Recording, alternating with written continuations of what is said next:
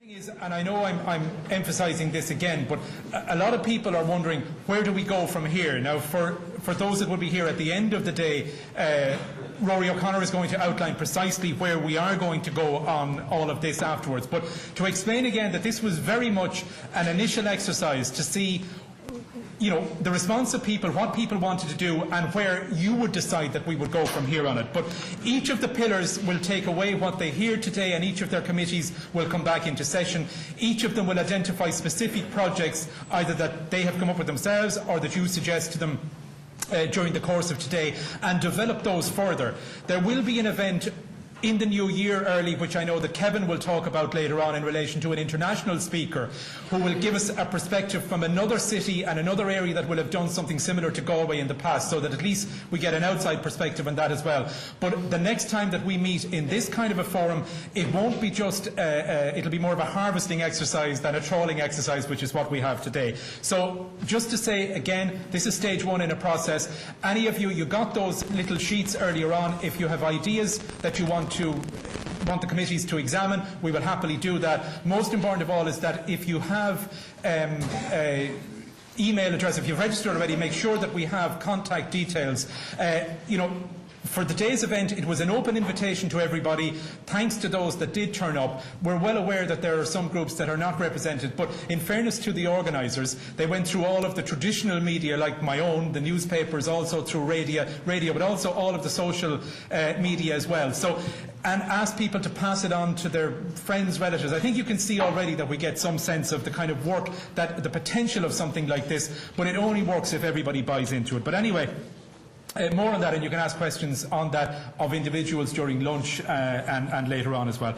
So welcome back for the second session, where we're turning our focus onto two areas that are intrinsically linked: the future shape of Galway's infrastructure and environment, and the development of Galway's docklands. Now, obviously, the former is about more than just the docks, but that particular project has already been on the table for some time, and it does represent the single biggest potential transformation of Galway City as we know it. So first up on this, and this session takes a slightly different approach, but first up on this is David Heffernan. You heard from David earlier on in terms of one of the questions, but his experience both here and abroad making him an ideal pillar chairman to talk about what we need in terms of infrastructure and a changing environment. David qualified and practiced architecture in Melbourne in Australia before moving to the UK, where he worked at Edinburgh University's Architecture Research Unit for 3 years, specialising on London-based research into high-density local authority housing estates. So you can see where that might play into what we're doing today. Having established Heffernan and Associates Architects in London in 1978, he moved the practice to Barna in 1994, which is an obvious career move, where they specialise in low-energy consumption buildings. Actually, if we got more people to move from London to Barna, maybe we'd crack all of this. David, in the course of his presentation, will hand over to one of his fellow contributors to the pillar, and that's James O'Donnell. And James is a specialist planning consultant. He's a qualified town planner and has 11 years' experience with the planning system in Ireland. That's a system where a week seems like 11 years, but he's actually had 11 years of it, both in terms of the public and the private sector, and he opened his own planning consultancy firm in July 2009. Now, they will be followed by Captain Brian Sheridan, who is Galway's harbour master and a man steeped in the city and in the sea. His own seagoing career saw him rise from deck cadet to master with the Danish shipping company AP Muller. That's the largest shipping company in the world. He's been Galway's harbour master and pilotage. I know it's not French at all, not pilotage. I knew I'd get that one wrong, despite Carmel's efforts to steer me right. Pilotage superintendent since 1999, and a year after his appointment, the planning on the new port began. So that's part of that process, how long that can take. But plans for that are expected to be lodged with On Board Pleanála in the first quarter of next year. Like Enda O'Connor, who was here earlier on, he played a pivotal part in the success of the Volvo Ocean Race stopover in Galway, and indeed he's looking forward to staging, not on his own obviously, but as part of the group that's going to stage the final leg in 2012. Now, more on that later.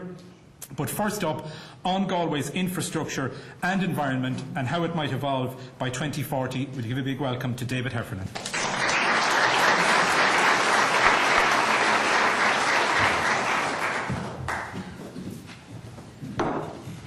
Good morning, everyone. I don't know how to... Is it just... You and me both, Oh, great. Thank you. Okay. And the next one. Right, we're the Environment and Infrastructure Pillar. And we included a very broad look at not just Galway City, but the metropolitan area of Galway, the greater metropolitan area. We looked at how the population might evolve, and we based that on some of the figures on the Engineers of Ireland report, which predicts a population for the island of Ireland of 8 million by the year 2030, and 2 million of that would be on the Cork, Galway, Limerick axis. So we're looking at 2040 and being outlandish in predicting a population of 400,000 for Galway by then, up from 75,000. So something's got to give in the city to accommodate all that. We looked at transport infrastructure, the Docklands, and there'll be more about the Docklands, especially from Brian Sheridan later. And we also looked at the Ardon Corridor, which is one of the few opportunities for the city of Galway to expand. When Robert Kennedy was assassinated so soon after JFK, an American politician commented, "All that we learn from history is that we never learn." We don't want to be making that statement in 2040 about the development of Galway. Ireland is uniquely placed in the development of Europe, ironically because of the potato famine. Had it not been for the famine, Ireland would probably have a population of 30 to 40 million by now and would have developed, making many of the mistakes that have occurred elsewhere in Europe. Ireland did rush into some fairly poor development during the Celtic Tiger era, but due to the death of that animal, there is time to pause, reflect and plan. There are lessons to be learned from as far afield as Australia and as close as the UK. In Australia, my native country, when we were children, we would drive from the outer suburbs of Melbourne to my uncle's farm in Berwick, some 45 miles away. This drive was a treat, through small towns, villages, but largely through the Australian countryside. On my last return to Australia, I drove from Melbourne to my uncle's farm through continuous suburbs which stretched right up to his farm gate. It was a shock. I think at that time in Australia, they thought that the green belt was something you were awarded in judo. In the UK, they knew what green belts were, and until recently, they were guarded with passion. In the UK, they built new towns like Letchworth, Welwyn Garden City, and preserved the open countryside between these new towns and existing settlements. In the new towns, they provided good transport links, especially road and rail, and they provided complete infrastructure, internal roadworks, water, sewerage and services.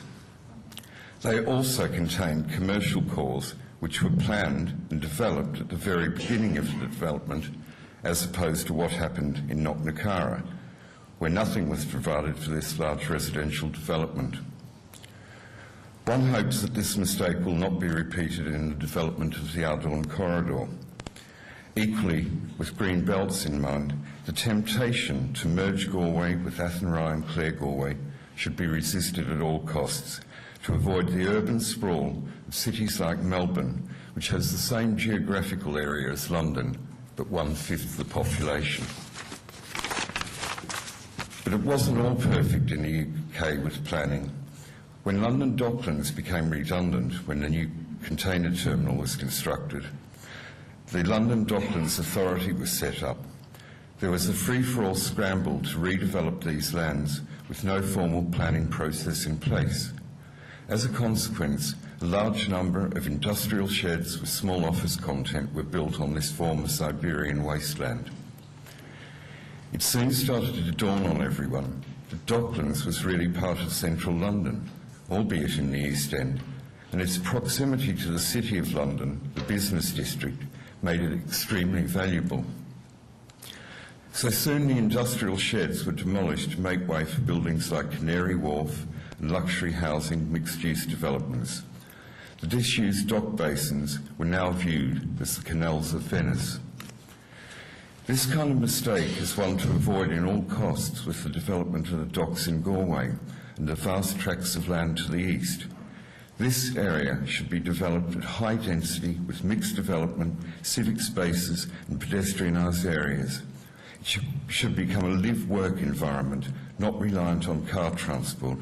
It should be vibrant by day and night, with restaurants, bars, cafes, galleries, outdoor seating, performance spaces and outdoor market spaces, marinas and a yacht club. This would avoid the problems of the City of London, the central business district, where after 5:30 it becomes a ghost town. This development in the docks should avoid the temptation to create another long walk, albeit in a modern idiom, but rather strive to create a vibrant mini-Miami Keys.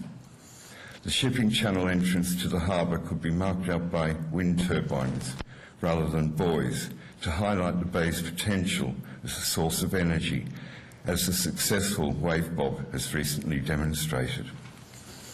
And James O'Donnell, along with Brian Sheridan, will show you some of the images of what we have in mind. This is a golden opportunity to create a second modern quarter to the city, which links to yet respects the medieval core of Galway. It is also an opportunity to ensure that this new quarter of the city actually addresses Galway's greatest asset. It's called Galway Bay. In the architectural competition to design an iconic building for the Centre Pier last year, we designed a 45-metre high building inspired by the Galway hookah. It came third in the public vote. Galway needs a unique landmark building which reflects its identity and creates a sense of arrival when approaching the city from the bay. New York has the Statue of Liberty. Sydney has the Opera House.